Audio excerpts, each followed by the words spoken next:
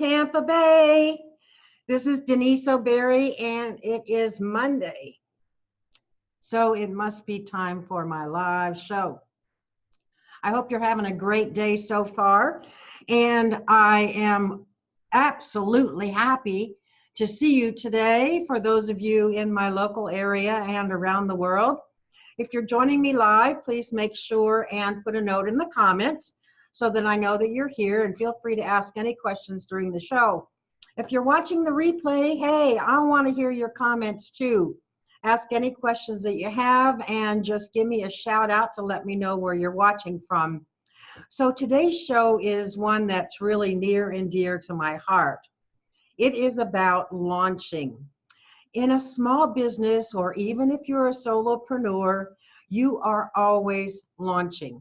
Everything you do is a launch and a project, and it has a lot of different pieces.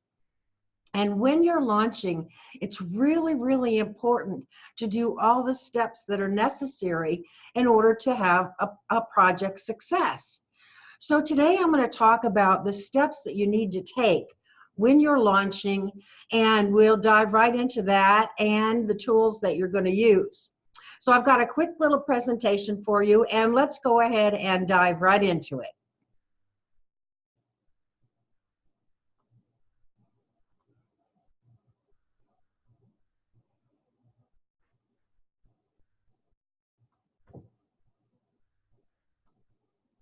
Okay, so today we are talking about the 5 steps to launch success. Now, 5 steps sounds like a lot, but it's really not. And each one of those steps has a whole ton of things that you need to do with them. We're not actually going to get really, really deep into each one of the 5 steps and the exact things that you need to do, but I'm going to tell you all the things that you need to remember to do during those 5 steps so that your launch is a success. Now, each of the 5 steps is listed here.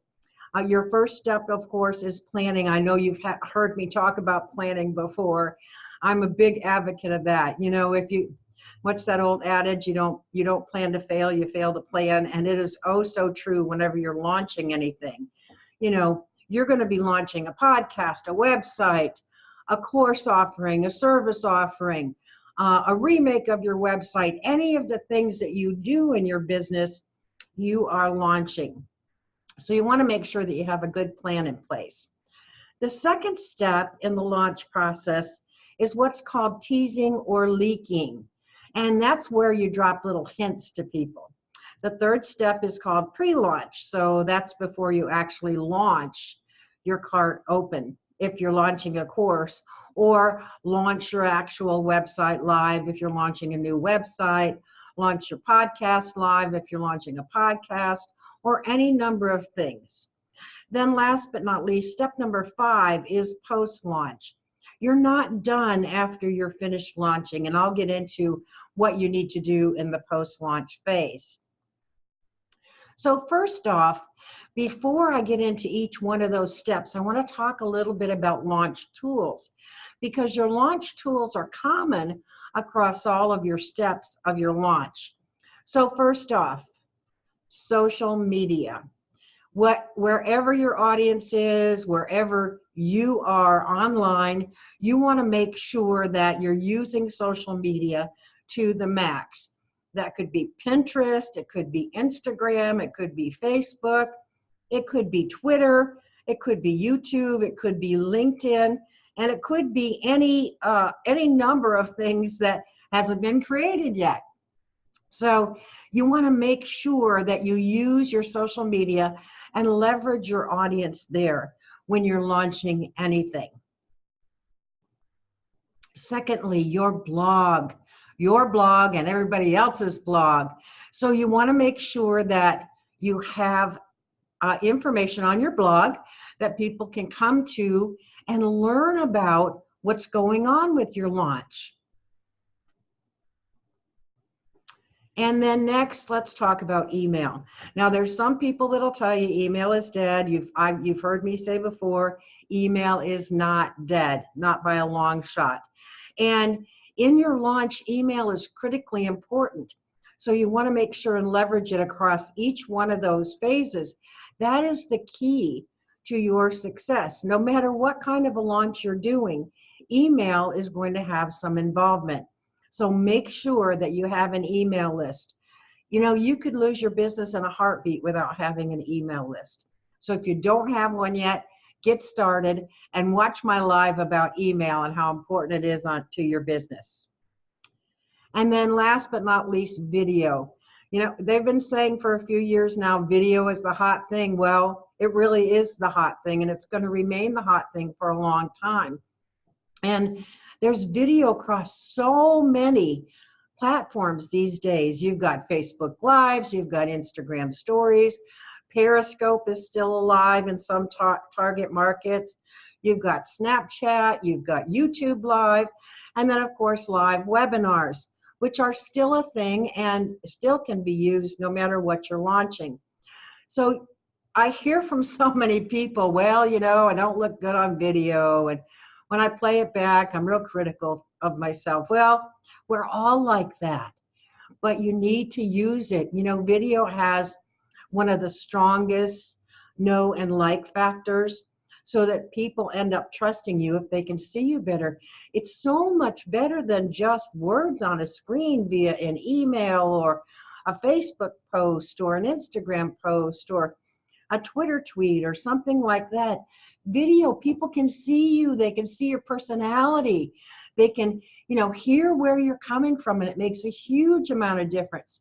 So you definitely want to make sure and leverage video as one of your tools during your launch, whatever it is you're launching. So that's an overview of the tools that you'll need to use in your launch. Now let's get back into the 5 steps for actually doing your launch. And the first step I'm going to talk about is step number 2, which is teasing and leaking. Step number 1 is what you actually will do first, but I want to talk about that last, and you'll see why in a few minutes. Okay, so let's talk about teasing or leaking.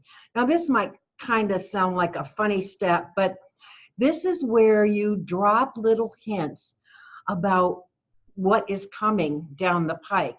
You want to pique people's curiosity. You want to build anticipation. You can do this in Facebook, on your Facebook page, or if you have a Facebook group, and any of your other social media channels. You can do it on blog posts, and you can do it in your email newsletter. You just want to drop little teeny hits so that people get curious about what's coming down the pike. You're going to increase your engagement of your audience when you do this, so you want to make sure you give them just enough information so that it piques their interest and they want to learn more. Another thing you want to do is you want to try to get some guest posts on blogs for people that align with your target market and have the same focus. That goes for video or podcast interviews, so that you can leak a little bit there too. You're starting to move forward with an appearance that you're everywhere. So have an abundance of different places where you're going to leak your information. Now your teasing and leaking phase should actually start 6 to 8 weeks prior to your actual launch date. So you've got to plan this out in order to make sure that it happens. And then the next step, step 3, is your actual pre-launch. Your pre-launch is really where you're going to hit hard on your be everywhere strategy. So you want to use the same tools we talked about before, and we want to make sure that you're really hitting it hard. Now, you want to make sure that you have got a lot of those things lined up way in advance of your launch date, so that your pre-launch phase goes very, very smooth. As a general rule, if you're launching a fairly expensive product or a service, then you need to pre-launch for a pretty good amount of time before you actually launch your cart open. And one other thing that you want to make sure and do here is make sure that you grow your email list as much as possible. Remember, I said one of the tools that you want to use is email. And so email is going to be your key.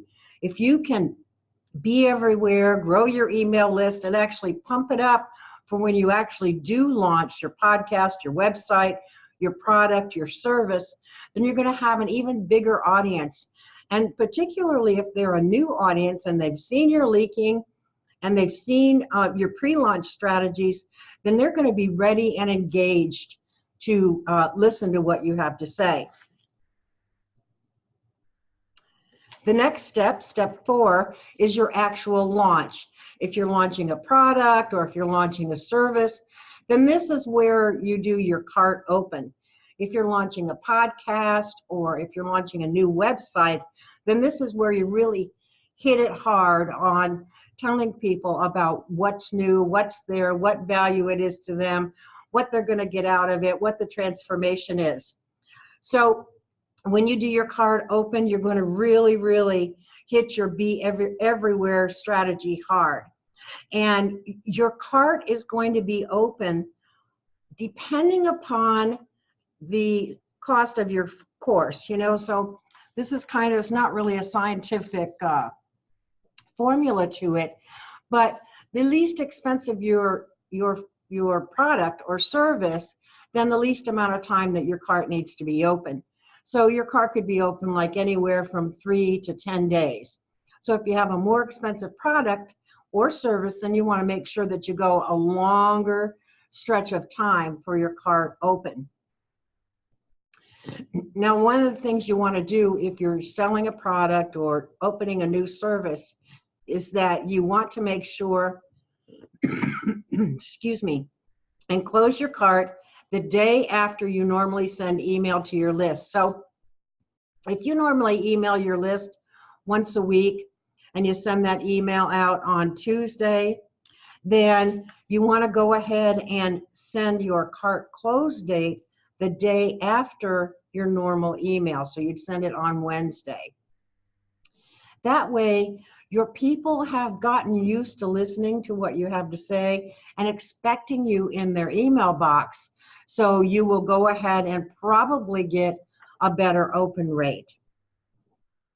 And that is basically the 4 key steps to your product launch or your service launch or your website launch or podcast launch or whatever it is that you're launching.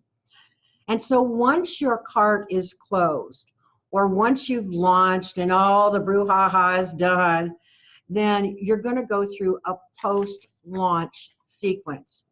Now, post-launching, if you've launched a product or you've launched a service, requires that you close your sales page. You want to make sure that you put a close down sign and add a wait list to it. You want to make sure and remove any, pop-ups or sidebars that advertise your course. You want to go ahead and use the same tools that you've been using during your launch to tell people that your cart is closed and that they can get on the wait list for the next session. Now, in addition to that, there's one really key step that you need to do during your post-launch phase. And it's really, really important that you do it as soon as your launch is done. And that's to go through a process of actually analyzing how your launch went. You want to look at it and say, what went right? What went wrong? And what should you do differently the next time? It's really, really important to jot down what went right, because we have a tendency to focus on what goes wrong with things and forget about what went right. So make sure you detail what went right, what went wrong, and what you would do differently next time. And do this as close to your launch end as possible, because everything will be fresh in your mind, and that way you can have a better launch the next time. So let's circle back then and talk about step 1, the planning phase. This is also known as the pre-launch phase for your launch. The main reason I wanted to talk about this last is because in your planning, You have to begin with your end in mind. And unless you know what you're going to do as far as an idea during steps 2 through 4, you're not going to have any idea what to put in your plan. So your planning involves actually looking at each one of the other phases and saying, what does this look like to us? And during your plan, you're going to schedule everything out, create all of your assets in order to move yourself forward through your launch successfully. And again, make sure you put a major focus on launching your email list. It is so critically important, and it's going to be important to the success of your launch and to building your own tribe of people that are going to follow you around and love everything that you do.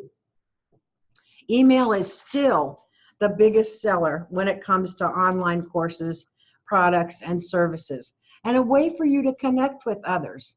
You know, you own your email list, and you don't own any of those platforms that you're on a regular basis. So that's the 5 steps to your launch, no matter what you're launching. And I would love to help you. If you have any questions or need any help with your launch, you can head on over to deniseoberry.com/services and take a look at those things I can help you with. And go ahead and book a call with me. It's free, and we can chat about what it is that you want to do. So let me come back to you live here now and make sure that, see whether we have any questions. And I will stop sharing my screen, and here we go. Okay, so let me take a look here and see if we have any questions. And if you do have a question, make sure that you pop it into the comments.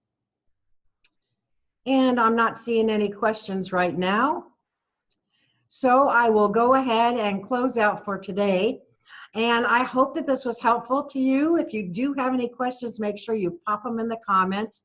And don't forget to like my page, because then you will get notified every Monday at 11 a.m. Eastern Time when I go live. I love hearing from you, and I'll see you soon. Bye now.